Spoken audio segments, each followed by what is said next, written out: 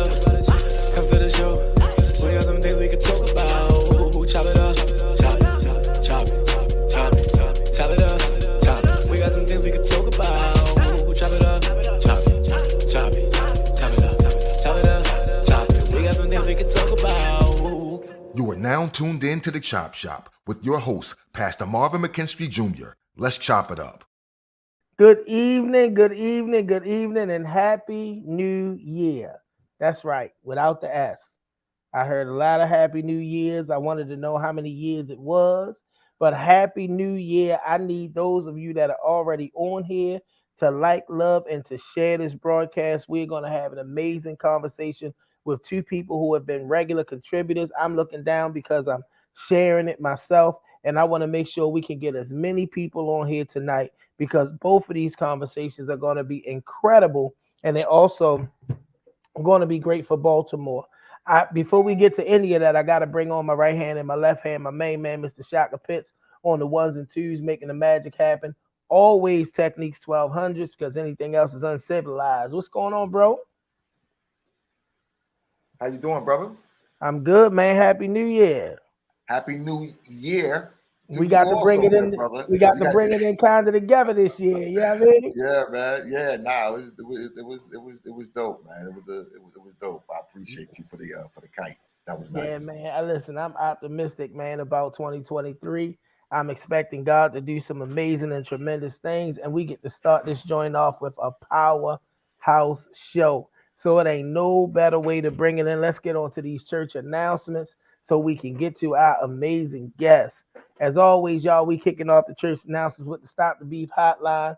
Call or text for help, 443-431-3705 or 443-522-7848. Anytime if you know somebody is in a space where there's a life on the line or any measure of danger, hit up the Men of the We Are Us movement, and we are going to make sure we do everything that we can to assist. Walking hand in hand with the Stop the Beef hotline is the Baltimore Peace Agreement. Y'all, we coming up on another year. I remember 2-3 years ago in the blistering cold, we were there was no Martin Luther King parade, but we still showed up to make moves and to do things and to make something happen.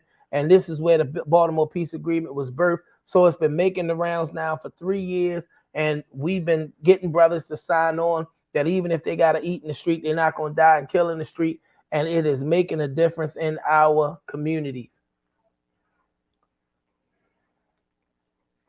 All right, the Employee Baltimore show hosted by yours truly, my fabulous and amazing team member, co-worker, and friend Nikki Reed, hosted today in my absence, y'all. I need y'all to make sure every Thursday at 1 p.m. you tune in to Facebook Live on the Mayor's Office of Employment Development Facebook page so that you can get these up-to-the-minute relevant resources. Today we had the Department of Public Works on there talking about a big job fair.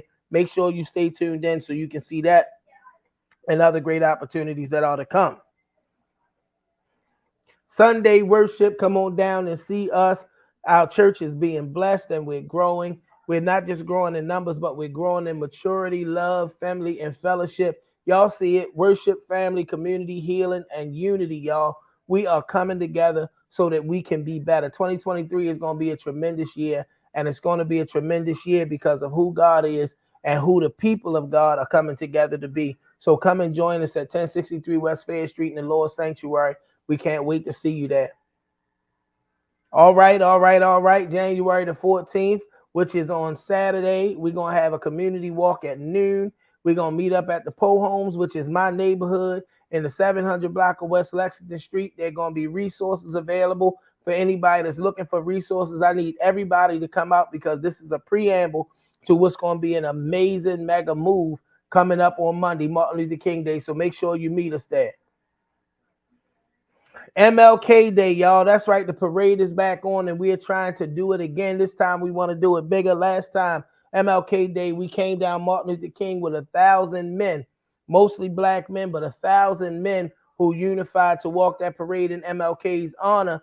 And the We Are Us men's movement did what it do and led the way. So if you know any man, black, white, Asian, that cares that change come to the community, have them meet us at the MLK Day. We have a whole celebration that's going to take place when the parade is over.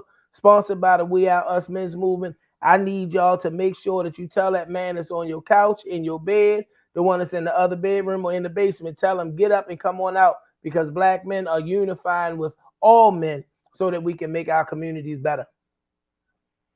All right, all right. Listen, the inaugural Life and Healing concert with featured artists. I'm going to post this on my page, but my man Rainbow Israel, who is a local legend in the hip hop scene across the board, right? Local legend in the scene across the board, but he's really doing this thing in inspirational and Christian rap. I want y'all to make sure y'all come out. My auntie slash sister, Adana Black, who hasn't really been on the mic in a while, she bringing it back. You are not going to want to miss this. Comedian Laughing Lenny, my brother, who I haven't seen in a long time, is going to be on there blazing the stage. Y'all, it's free of charge. Y'all going to see the QR code on the flyer when I post it on my page. Just register and show up so that we can have a good time in the name of a good cause. All right, all right, all right. Y'all, it's time to get to what we came for. We have been, for 3 weeks now, we have been booked with this awesome queen who really could be anywhere because her voice is so valuable. And she never tells us no, ever tells us no. We were praying with her. There was a little bit of difficulty that kept us from being able to close the year out on the other side of 2022. And yet we're still standing. She's still standing. She's here tonight. She's looking fabulous. We're here to talk Baltimore. And who better to talk Baltimore with than Baltimore's first citywide elected official, as the first woman as the city council president, and Baltimore's first elected woman mayor. We're talking about the one and only, the Honorable Miss Sheila Dixon. Miss Dixon, thank you for always being with us. You never tell me no. I don't know what it is about me, but you never tell me no. You know, Marvin, some people you really feel their genuinity and you know how committed they are to the city. I'm just trying to figure out, based on all your announcements, based on what you do with OED, Mayor's Office of Employment Development, and this and everything else you have going on, you know, how many hours of the day that you have that you're just so busy trying to make a difference. I have learned And how to make it work. I know the feeling. I know the feeling exactly. Yeah, But I'm glad I was able to come on tonight, the 29th, right before the end of the year. I had that major flood, and you know, I'm taking one day at a time when it comes to that. You know, the one blessing, well, it's a whole lot of blessings that came out of that. One, the fact that my friend who normally goes to see his grandkids in Miami was home, and he's the only other person who has my extra keys, because my sister was with me, my daughter and son was with me, and they all have keys. So he was able to get in, and the police department, a fire department actually, and the police department, because they police department responded to the alarm going off. But the fire department was extraordinary, because over the years I used to do international business, and so everywhere I traveled throughout Africa and other places, I collect art and artifacts. And because one of the rooms that was destroyed was my living room, when the fire department came in to cut off the electricity and the water, they moved a lot of my artifacts so it wasn't destroyed, and a lot of my artwork awesome. that's just not replaceable.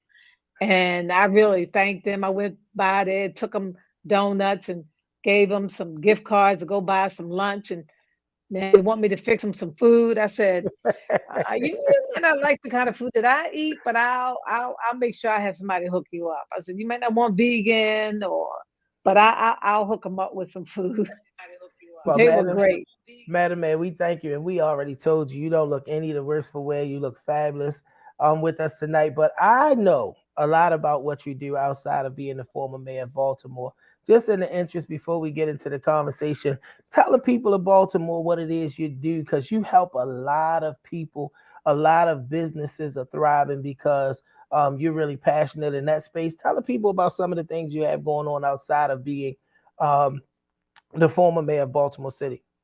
So I do consultant work, and in that ability, I work with, one of my clients is the Maryland Minority Contractors, and so I work with small, medium, large contractors, particularly African American companies, to help them with their certification, help them identify business opportunities, represent them on different commissions and boards, fundraise for the association, but really try to assist them in helping them to expand their business. A lot of troubleshooting, particularly in this last 2.5 years, dealing with state and local governments, with payments, with other challenges that they might have with prime contractors and their subcontracting. I also serve on the Bethel Wellness and Empowerment Board, and we have a huge project that we finally got we finally got the match that the state provided through the city to create a wellness and empowerment center to help people empower themselves. And I have a number of other really good clients who are trying to make a difference in the city. Trash has always been an issue that I was concerned about, and I work with a number of sanitation companies. Matter of fact, both of them that I work with could be really instrumental. They were based on COVID with the city, and could really step up and even do more. So working with a developer out of New York who's creating housing here in Baltimore on the east side, and a new project that I'm working on, and hopefully it comes to fruition, is the Emerson Village Shopping Center. There's a Black team out of Chicago. One of the gentlemen I knew when I was mayor, he worked for General Growth, and now he has his own development firm. They're going around and looking at areas in different urban cities, and they're revitalizing shopping centers. And so they're in the process of trying to buy Emerson Village Shopping Center and transform it. There are a number of issues that they have to deal with right now. If people don't know, Emerson Village, the neighborhoods around Emerson Village have a covenant. And back in 1929, in that covenant, Negroes, at that time the term was used, Blacks could not live in Emerson Village. It's still in the covenant, along with a whole host of other points. And so the people who live over in Emerson Village who are part of the covenant, they will need to sign off not to do anything about their properties, but they want to eliminate Negroes living in Emerson Village, because Black people live in Emerson Village, do some redevelopment. But they have a major plan, and people can invest. Like in the shopping center, they brought Warburg Junction, and now people from $50 on have stock in Warburg Junction. So as Warburg Junction Shopping Center does well, people now have an investment in it, and they want to do the same at Emerson Village. That is amazing stuff, because that's the thing that we don't see is the reinvestment in the community when the outside developers come in. And I'm certain that there was some way your influence that kind of got those incentives to be a part of those projects. We came to talk about Baltimore tonight, and from the perspective of someone who has ran a city, none of us know what it's like to have to manage and run a city. And we don't come really to talk about any individual or any person in any seat or position, but we come to talk about the city that we love and that we work in. And we closed out 2022, one less murder than we had the prior year, but there were so many things in the news: the GVRS and its impact in the Western District, the Squeegee Project moving forward. I just want to hear from you as we're coming into this new year. What are some of the things that you may be optimistic about as you see the direction that the city of Baltimore is moving in? So, we ended the year, we actually started 2023 not on a positive time frame based on what happened in Emerson Village with those young people from the school and some other incidents happening. But I'm optimistic that if we look and maintain our faith and we begin to work collectively with our voices and what we want to see happen, we can make a difference. And so there are a whole host of things that have to happen. We've got to get a handle on the crime. We now have individuals at the state level, along with the local levels, along with the federal level, and now a new state's attorney. I was at the town hall meeting a week ago where they were all together talking about communicating better, sharing information that's needed to deal with the various issues that we're faced with, not locking up everybody, but really trying to focus on what it's going to take. We have a new governor coming in, and the state plays a major role in what happens in the court systems, in the judicial system, and the um, juvenile system. All of that plays a part. We got to see driving on Lincoln to go. We having a bit of audio difficulty with All right, you, Madam May. I'm not sure if it's your earbuds or if you can hear me right now, but there's a wee bit of audio difficulty with us getting, and we want to hear everything that you have to say. can you hear me now? It's chopping up. I'm not quite sure what the Wait a cause of minute. it is. See what happens. See.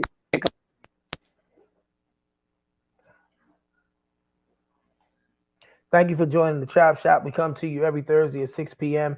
Tonight, we're sitting with former Mayor of Baltimore, the Honorable Mayor Sheila Dixon, as well as Dr. Kevin Daniels, and we are getting a forecast of what 2023 from the perspective of some of the changes that you're going to see in local and state government, as well as a prophetic forecast from the man of God. Mayor Dixon is dealing with some audio challenges that we were having with her, and as soon as those audio challenges are resolved, we're going to get back to the conversation. If you have any questions, you can start putting your questions in the comments. You got to be on the Marvin McKenstry Jr. page. As you comment, we'll get your questions on the screen, and we will give Mayor Dixon the opportunity to answer questions as we have time. Madam Mayor, do we have your audio? Are we better? Things It's still a popping sound. It might be your earbuds. I take them off.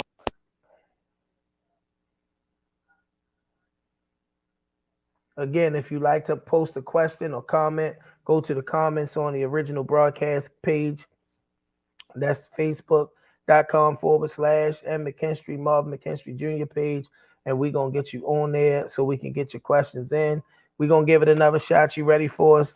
Yeah, I think so. All right, sounds good. Let's get Yeah. back to it. So one of the questions that I wanted to ask you, and you kind of began to veer into that direction anyway, but I want to ask you from the perspective of being a mayor, what does it mean, or what kind of impact can it have on the objectives and of the city of Baltimore and the current administration to now have what we haven't had in 8 years, a Democratic governor and a state's attorney who seems to be laser focused on being a state's attorney, and not some of the other things that we got out the previous administration.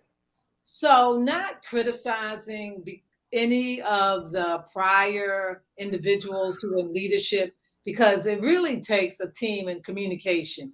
And no matter if you have different views, the bottom line is you have to decide, what are our general objectives and goals? What do we want to accomplish? And you have to sit down with people and work them out. It doesn't matter, Democrat, Republican, Independent. For me, that's never been really the issue. The issue is, do we want to reduce crime? Do we want to deal with our juveniles in a way that we can provide them with the resources so that they don't become adult criminals? Then how are we going to do this together? And how are we going to communicate this? This is not about my agenda or your agenda. It's about ours. And how are we going to look at our strengths and weaknesses? That's what happened under my administration when Pat Jessamy and Martin O'Malley used to bump heads. And what I did was I sat down with the state's attorney. I sat down with all of the public safety pieces and said, okay, let's look at the big picture. What is it going to take? What's the police department weaknesses? What's the state's attorney's weaknesses? What do we need based on a recession, based on not having the funds that we really need to do everything we can do, but we can do it collectively.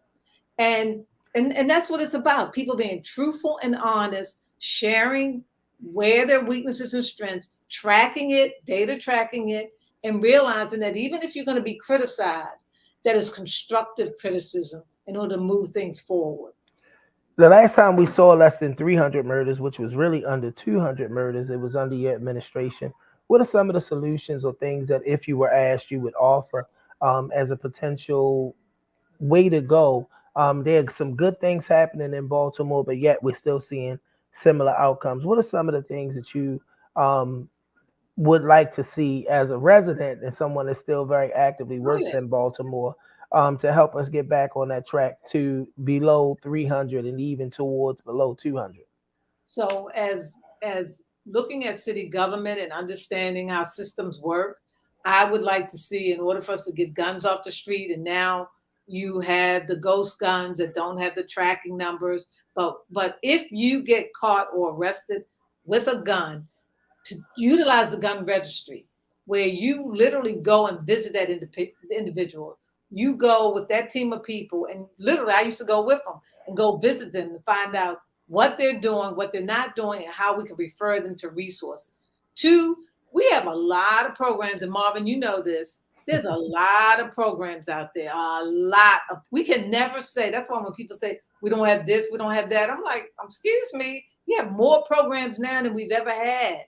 But we have to really assess which ones are really effective and which ones aren't, and and who's willing to say, okay, this is not really working the way I thought it would be. Maybe I could combine my efforts along with someone else. But we have so many programs out there, and the question is, why are we having issues with juveniles? We have so many programs to deal with young people today. We have training programs that are now available. MOD, Mayors of Employment Development, has training money now that everybody realizes that construction and vocational ed, we should have never stopped pushing. That's available. We have companies that are stepping up with their own money and resources to provide training. You have more money in schools than we've ever had. Extend the school day so you could work with parents and children. Extend it. Hey, today, you don't need 3 months out of the year break. I know people probably say, yeah, I used to be a teacher. I used to work all year as a teacher. Provide those extracurriculum activities in the school. Make that the center point of the community. Parents can come back because now everything is computerized. You have to fill out applications by computers. You have to do everything on computers and technology.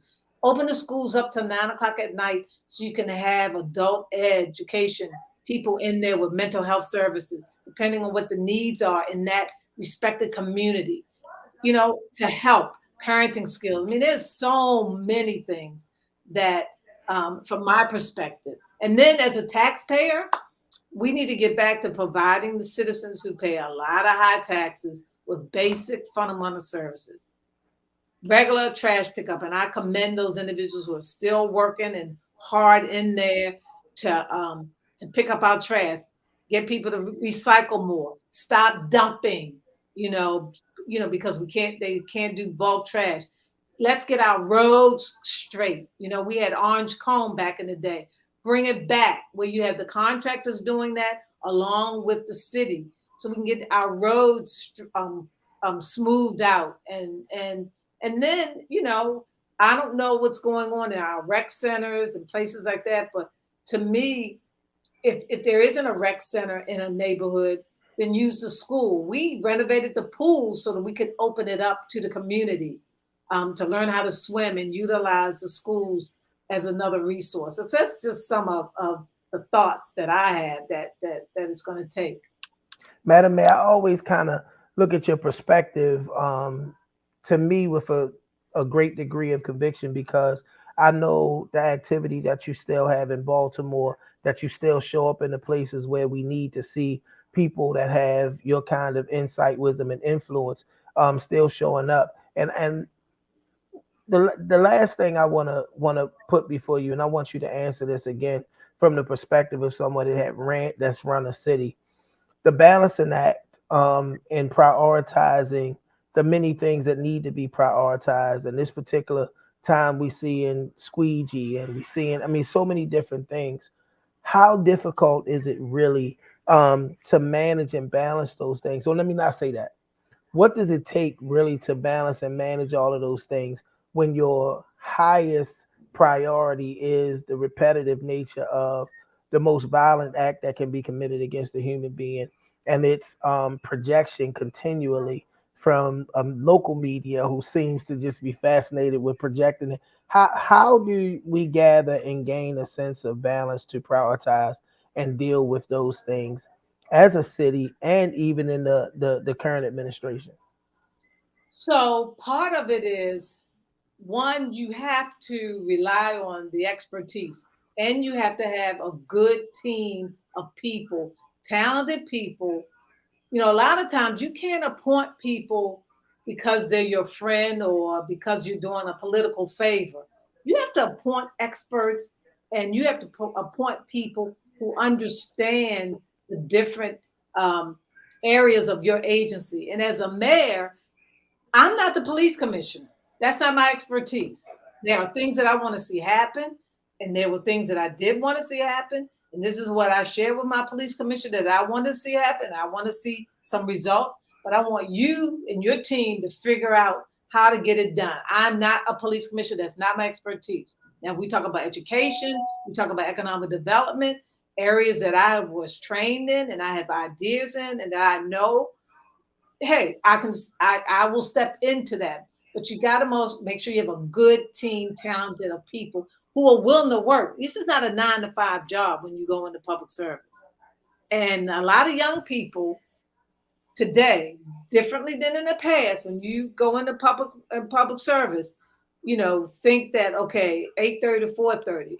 If the mayor or the deputy mayor or someone calls you over the weekend and sends you an email, my staff knew they better respond.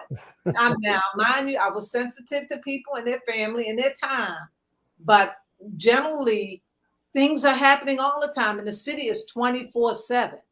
It's not 8 to 4. And so even one of the things we wanted to move towards is, you know, certain services that we provided, you have to look at doing shifts with people, because it's not. People get off at 5 o'clock and you need to go pay a water bill. Now you can do it online. Some people don't necessarily trust putting their credit card online. Well, you have a group of people that have 5 to 9 that's working versus 8 to 4, you know? So there are those things. And then, of course, communities. You have to empower your communities to know that you're there to serve them and what they feel and think matters, despite what the media doesn't say. Because let me tell you, the media is not going to go away. And you don't want to make the media your enemy. You want to, if you're doing what you need to do, then you want to stand forth as a leader and you want to project and communicate. This is what we're doing. This is where we are with this. You know, instead of blaming sometimes the media on why things are happening, because they're not going away. They have ratings to make. They have people who work for them. Madam Mayor, to our audience and to the entire city of Baltimore, give us your final thoughts as we close out this segment. I'm telling you, these 30-minute segments are effective, but boy, they seem too short when you got certain people on. But what will be your final thought, your word of encouragement going into 2023 to the residents of the city of Baltimore? So my final thoughts is that, one, the glass is always full. And that when you look at something, look at it and what can I do as an individual to help solve what's going on and get involved in our community?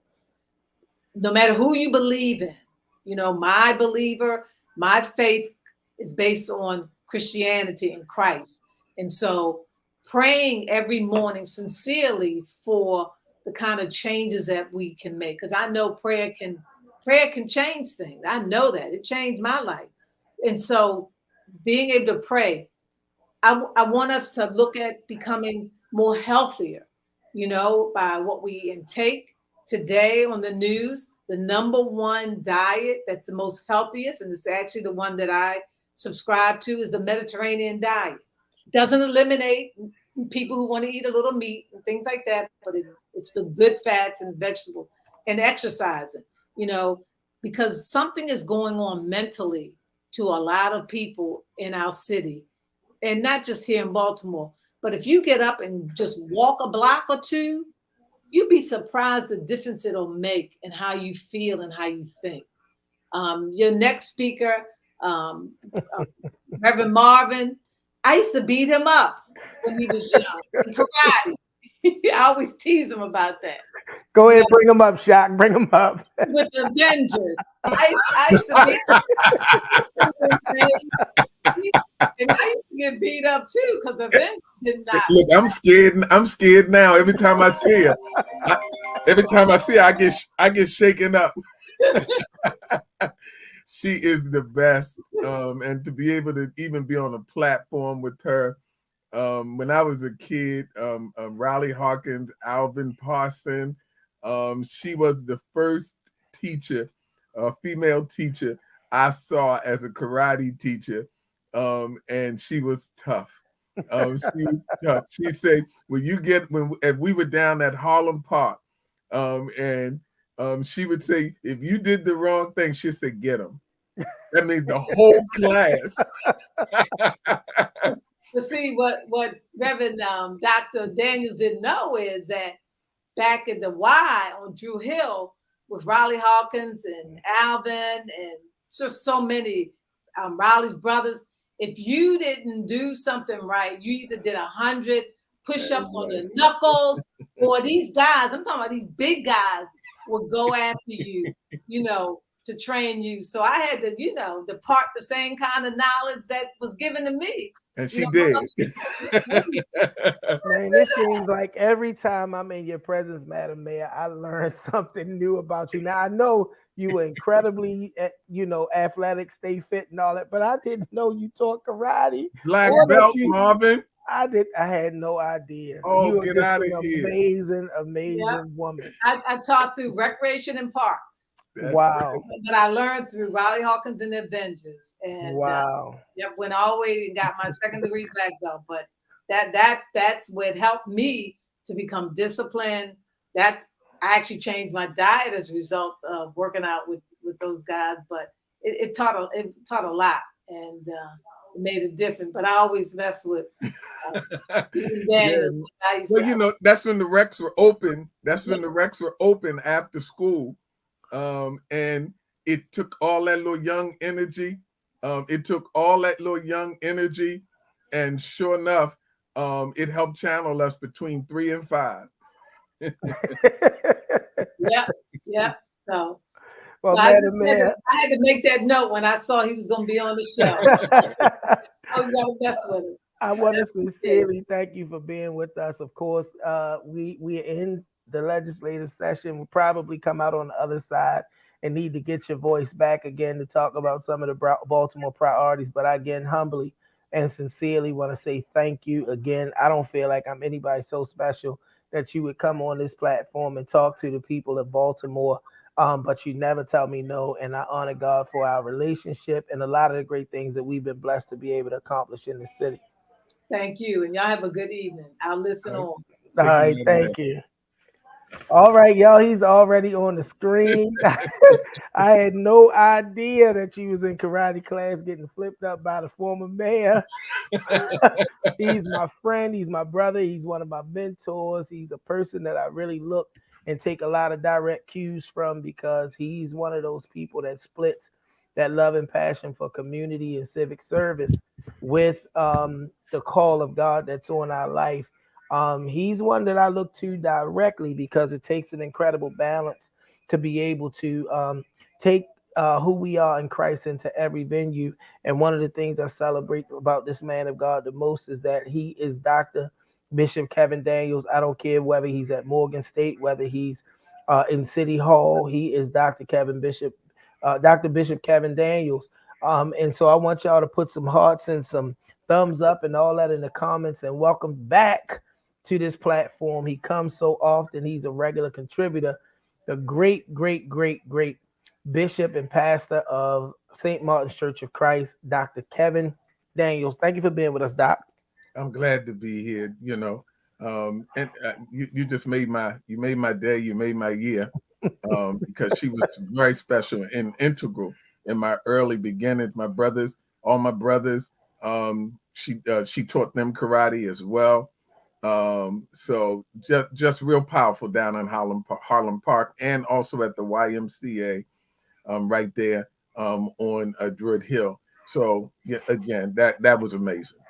Dr. Daniels, I thank God, because you're another one who could be anywhere, and your voice is lended to a lot of major platforms, and you never tell us no. If there's not a direct scheduling conflict, you come here. And for our first show of the year, as we were closed out by my pastor, and our final show, the very prophetic woman of God, Shelley Burton, Yeah. We have you on this end to give us the prophetic forecast, to understand. And now you come and you join us at the same time when the Hebraic calendar changes. But there is some significance in the 12-month, I guess, Western calendar, that we are living and governed under. Can you help us to understand what significance this Western calendar has, and why it's not something we should look past or overlook as we're looking at where we are in time? Yeah, I think the reason why I subscribe to it, and I've been looking at it for 15 years, and the first several years I would not mention it to my church, only because, and even the students, only because I had to see if it was connected and if it worked. And I think that even though it's the Hebrew calendar, we know that it's more Hebrew, Judaism. It is more a ethno-religious group, meaning that multiple people belong to it. We know there's controversy around who is a Jew, whether that is the Ashkenazis, but ultimately you cannot even understand Hebrew and Judaism without understanding the Africanism and the Middle Easternism and Asian aspects to Judaism as well. And I've just followed the 12 months. You can't help it when you look at 4 seasons. And in all of those seasons, it depicts levels of change. And the Bible also itself, starting as a early African document, it itself depicts it, and I've been following it. My church follows it, and it's just literally works. And we're just in a very explosive time frame. The mayor really hit it when she started talking about maintaining faith with a collective voice. And at the end of the day, that's the trajectory that this year is speaking to. When we're looking at this year, one of the things that continues to echo, and I don't think it's a time of year thing, because this is a time of year when people focus on resolutions and trying to be healthier. And I told my church this year, I ain't mad at nobody. If you get some inspiration from the turning of the new year to do that, do that. Yeah. Keep God in it, but do that. How should we be posturing and positioning ourselves as believers and as people while we're in the beginning of the calendar year, so that we can find a greater or better sense of alignment with God? Yeah, I think that one of the things, and I said it the last time, and also I celebrate Shaka. The As I said the last time I was on, really the new year spiritually starts in September, because it is the ingathering of the fall season. That is the way it works. But 2023 started last year, and it goes into, of course, the mid part of this year, and it speaks to the similar thing of what we call retribution, recompense, reward, and repayment. And that's why there seems to be a swift response, moral response, when people do things, because we're at this particular time, 5783, 2023. This is a year of retribution and recompense, in whatever category, whatever alignment you came into, whether that was negative or positive. In some sense, you continue to reap what you sow. But what makes this year powerful is that it is really a powerful moral year, in the sense of, it almost seems like the chaos is bringing us to being really centered, and really defining what humanity really is supposed to be about. Martin Luther King, as we come into his birthday, he said it, the moral arc of the universe is long, but it does bend towards justice. It means like the natural laws are all pushing us towards realizing what human beings ought and should to be. The mayor said it, the collective voice and maintaining some level of faith towards something higher. That is what this year is about. It's about retribution. Whatever you put out, it's going to come back in some regard. So if I were you, I would go ahead and pick the right avenue and the right venue to stay on, because even Romans 1 said, and it said it best, that again, even the whole creation is groaning, awaiting for the manifestation of those of us that are supposed to be godlike, morally inclined to God. So you don't have to be, but you're going to continue to reap just the whole idea of natural law. It's going to fight back to you because even creation itself wants to be in alignment with its God. So go ahead.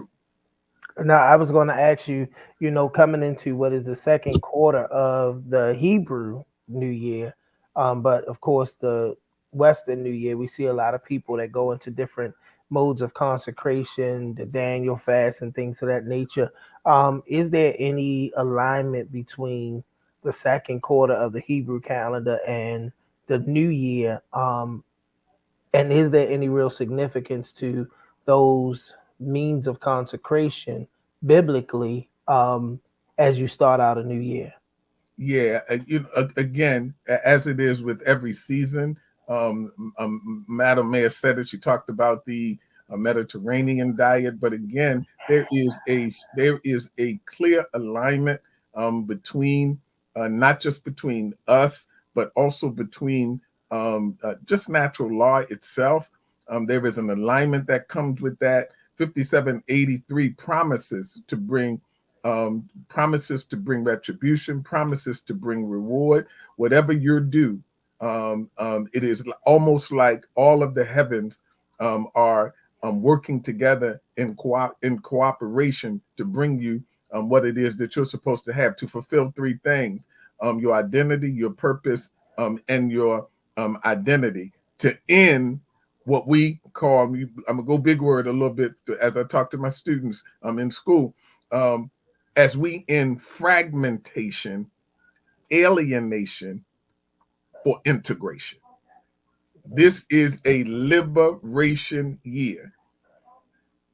Then when liberation, we are fragmented, we are alienated. You cannot have what we are seeing in the streets. You cannot have what we are seeing in government and systems if there was not a alienation from not knowing who and what you're supposed to be, do, and have. But then a fragmentation. We've been broken up into pieces, but then integration. This year is about liberation. Liberation meaning not just having your own, but having access to be able to do that, the justice to do that. It's one thing to be in the world, but it's another thing to be in the world and be able to do what you were put here to do without being hindered. And this is the kind of year that speaks to it. We've seen it. Let's go back. This 16-year cycle has been since 2008, from the recession, even to the political upheaval with politics, whether that's Republican or Democrat, whether that is Trump. We saw Barack Obama come in. It has been, it ignited, Barack Obama ignited some things that was still in the culture that just did not see African American as president.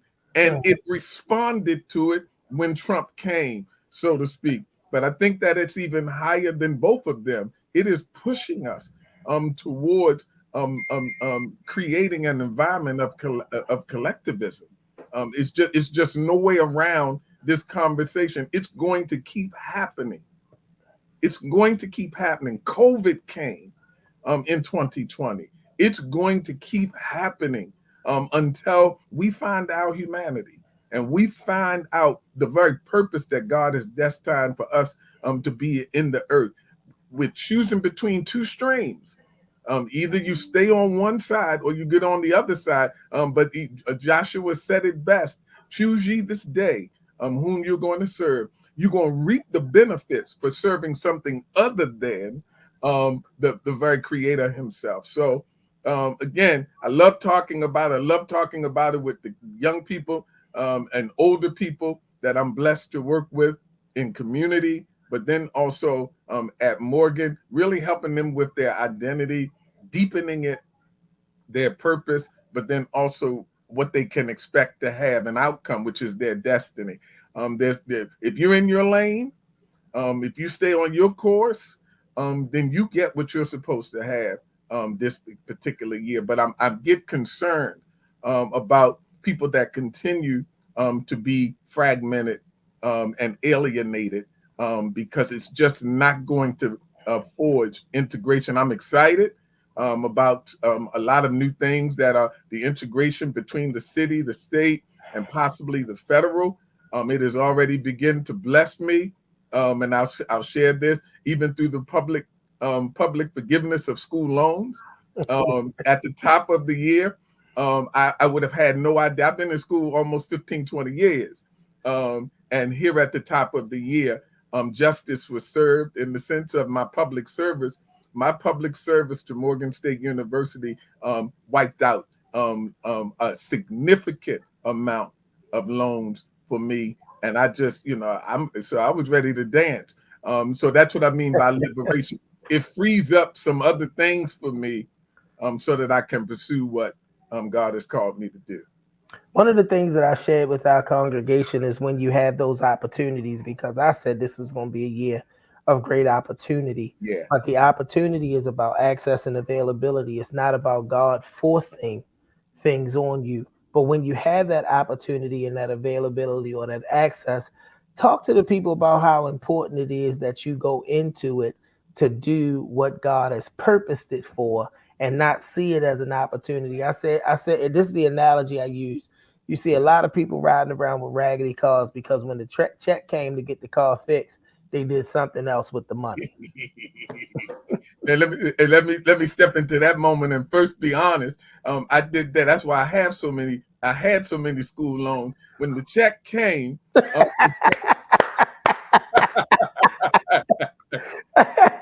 when the check came, first of all, I wasn't a black boy starting off with nothing. I wasn't used to having money like that. But then for the purposes that it was supposed to be used for, I used it for school. But then all of a sudden you ask for a little bit more and you get a little bit more, things like that. And just started doing the wrong things. But at the end of the day, started turning it around. And I just stepped into a good space when it comes down to Morgan State University and what we do in community. So no, I'm excited about that. Talk about that integration thing. One of the things that I've taken on a total different perspective of is integration, and being a pastor has really helped me to see that, especially when new gifts come into the house, that those gifts aren't unleashed too quickly without the proper integration process so that they know where they fit, because the word is clear that the gift is going to make room. And if you don't have a proper integration process, you have a lot of clashing. Talk to us about the significance of understanding integration in the body of Christ at large, but specifically as it pertains to where we are in time. Yeah, I see those threads coming together, because even when those of us that are part of the faith tradition of Christianity, the Eastern Orthodox, the Eastern Orthodox versus Protestantism and Catholicism, all of those kind of fragmentations in the body, being able to now weave that thread and integrate all of these different parts, the fragmentation, all of these different parts, and bring them together as an integrated whole. We've seen it down through the years that it has been extremely difficult. It has been difficult from the day, from the day, not just the book of Acts, but from the very Genesis, Mesopotamia. It's been difficult. Humankind has been difficult to find the core of our unity, and it doesn't come most of the time until we see suffering. Then we find the heart and core of human care and responsibility. COVID, people came out of churches. They came out. They did what they needed to do because somehow or another we were all on the same playing field. We were all, whether you were rich, whether you were poor, So when you start to think about integration, I think the I'm getting ready to say something that's real challenging. It would be phenomenal if we could take what you said as opportunity and use that as our floor to be able to launch ourselves to a ceiling. But what's been our floor has been suffering that leads us to be better people. That speaks to alienation. That speaks to the fact we have no idea, in some sense, who we are. When it takes suffering for us to be human, instead of using opportunities with the richest country in the world, instead of using that opportunity to bring integration to people's lives and liberation, we wait for a recession. We wait for COVID to dispense resources. So again, we do things backwards, and it speaks to sometimes our humanity. Again, I've been in a lot of trouble in my life, but again, and it's the same thing. You until you hit a wall, then you start bouncing back and looking for the ceiling. Rock bottom. They Rock say in some circles. We on live with the Chop Shop. We come to you every Thursday at 6 p.m. We talk to the great, great prophetic voice, one of the greatest prophetic voices in the nation, Dr. Kevin Daniels. Dr. Daniels, when we talk about how we assess our movement in such a time of opportunity, and so how important is it that we make sure that we have the right relationships and even to reconciliation in places where we may have allowed things that weren't of God to come in between relationships?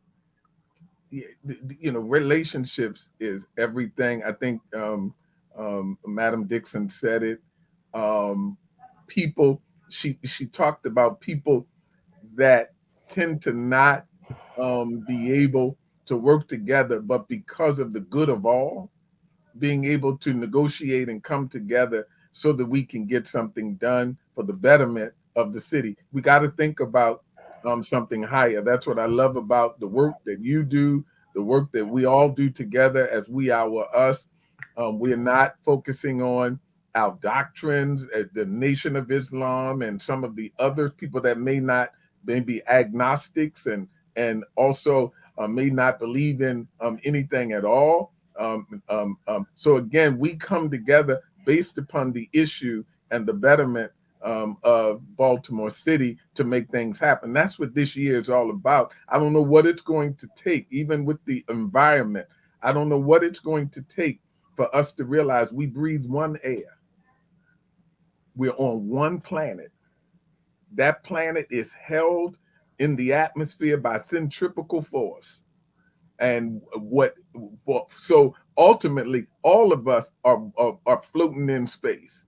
So how we can't get our humanity becomes our greatest test and our greatest failure. How we can't see that, get beyond some of the things that we all believe differently and come together to work for the betterment. I get nervous. I almost say afraid. I get nervous because this COVID, I thought would be it. It would have been the floor that propelled us to a higher place. Some people have come out of that, and not all. It come out of that with an even more sense of being destructive. I think for me, when I think about it, and I wonder how, in fact, we did go through a pandemic and we saw the great outpouring, there was a constant echo of people who couldn't wait to get back to normal. Yeah. How much did that mentality play into a return to what was, even though God demonstrated in the earth that it was time for that transition change or something new? No, I mean, we're still straddling the fence. We're still struggling with it. And that just speaks to our ability. We got a longer way to go. as it relates to our full evolvement as new creatures. You know, the Bible speaks about, behold, all things become new. If any man be for us, be in Christ, he's new. All things have passed away. Behold, all things become new. It speaks to the fact that as you become something new, the old things will pass away. But in this instance, the greatest challenge is, um, um, are we clinging to the old because we don't want the adventure of stepping into something new and Yes. something different? And I struggle with it. Me and Madam Mayor born during the same time frame. And you know, sometimes for me, I struggle with not wanting a lot of change. And that's what happened with the pandemic for me.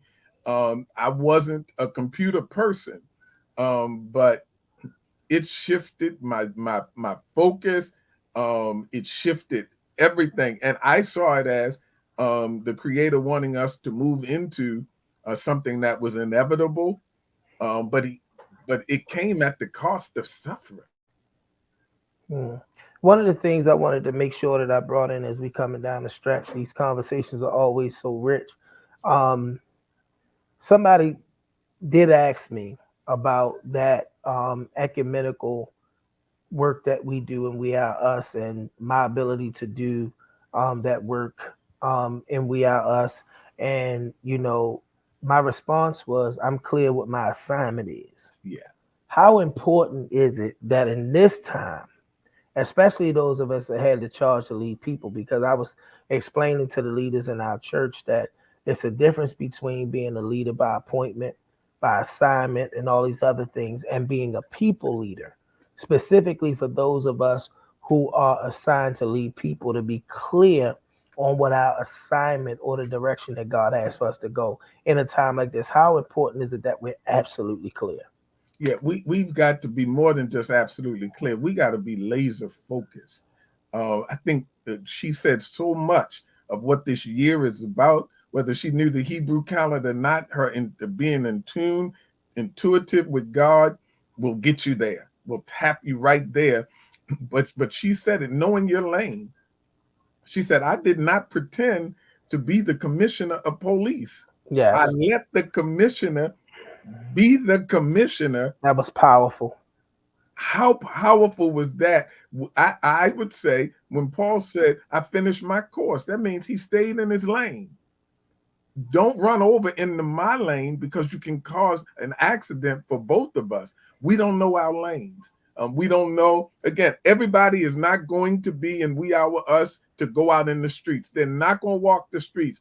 For us to keep arguing with people and say these pastors need to get out in the street, some pastors and people don't need to get in the street at all. They need to wait for us to send them people into the house, because they would do more detriment on the street than they would in the house. We need to stay in our lane and stop asking everybody to be us. Don't be us. Dr. Daniels, we are coming down the stretch. We got a couple minutes left. I want you to go ahead in this particular context to give us just whatever your final words would be concerning really the trajectory that we need to be on going into 2023. Yeah, it is. I think James 6 picked it best, but then Matthew 2 picked it for me, that we are rising stars in the sense that when the Magi, who were not even Christians, when the Magi followed a star and it sat and rested over the manger of Christ, so to speak, and that could be for whatever people, whatever your faith perspective says, this was the opportunity for them to tap into something and to become something totally different, but they had to be guided there. I would argue that we are rising stars in this time plane, in time, space, in era. Job 2 and 20, Job 2 and 28. The Spirit is upon us to do great things, to do the work that you've been called. Acts 2.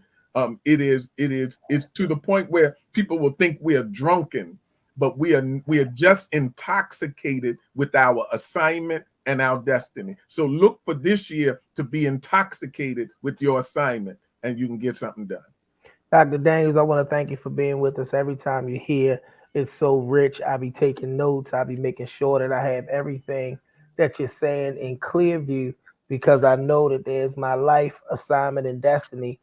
You're one of the people that God has handed a sense of guidance to be a light in that space for my life, and for everybody that has the opportunity to listen to us.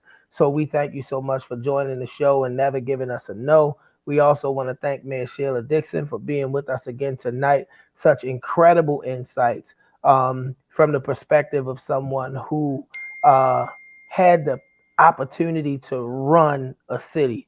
I'm telling you, man, I got about 6 employees on my job, and I got a church of about 50 something people. Lord knows I look at it completely different with another level of respect when you got to run a city. But we thank her for joining us. As always, I thank my right hand and my left hand, my main man, Mr. Shaka Pitts on the ones and twos. Shock, this was a good one, man. They came and they put it down real strong and real heavy. And last but certainly not least, I want to thank you. I always say, if a tree falls in the woods and nobody's around to hear it, does it make a sound? Of course it does. But you guys are here to hear us. Y'all tune in week after week. We are 2.5 years in what was supposed to just be one opportunity to talk about one occurrence. And yet God has blessed us and developed this thing into a space where we have had other opportunities to do radio and so many other things that came out of it. So we give you our sincerest thank you for being with us. Continue to stay tuned this year.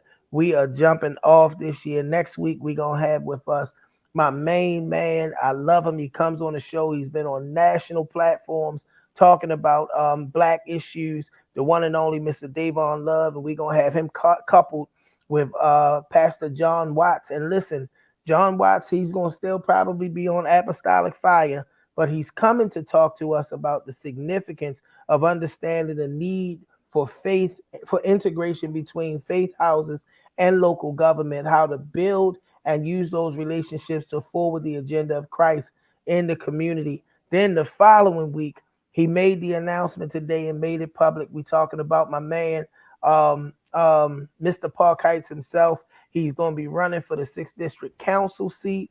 I could see his face, but can't call his name. That's what I get for always trying to do things off of memory. But we're going to have Will Hanna with us in 2 weeks, and we're going to have Will Hanna with us. And coming behind him is going to be the mayor of Park Heights himself, the one and only Bishop Kevia Elliott. And that show is going to be focused on talking about how to position your ministry to do community work. How to position. We talk a lot about the great work that's happening, but he's going to give us some insights into how to position your ministry to be a staple in the community in which you serve. Then that following week, we're going to be talking to Mr. Ray Kelly. Listen, y'all, we got him lined up and we ain't playing. So make sure that you stay tuned in every Thursday. As always, in closing, I want to say, trust God. Trust in the Lord with all your heart. Lean out to your own understanding. In all your ways, acknowledge him, and he will direct your path. Wherever you are, be the change that you want to see, whether it's in your neighborhood, your household, your community, your job. We can talk about the problem, or we can be the solution. And above and beyond any and everything else, always remember that you can be more. Thank you for being with us. We love you.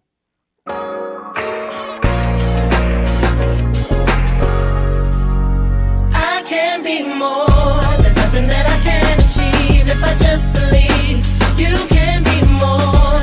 You can make every dream a reality. We can be more. Be more, be more. Yeah. I can be more. I wake up every day and try to be more. I pray I be more. It's easy to achieve anything you believe. Like hold your head high. Girl, you got a reason to breathe. I see a rare mind. Boy, you got a reason to dream. Let's take flight. Give the children a reason to see redemption. We grow up in the jacks where it's evil and wicked. Where the people with success don't want to send you a visit. But we still finna make this life worth living. Now throw your hands to the sky if you feel it. Hey, throw your hands to the sky if you the realest. You got a vision. Let's put them pistols away and make sure the OGs keep the community safe. In the world where the ladies crying, the babies dying, I think we can create that space to make a way for the ladies.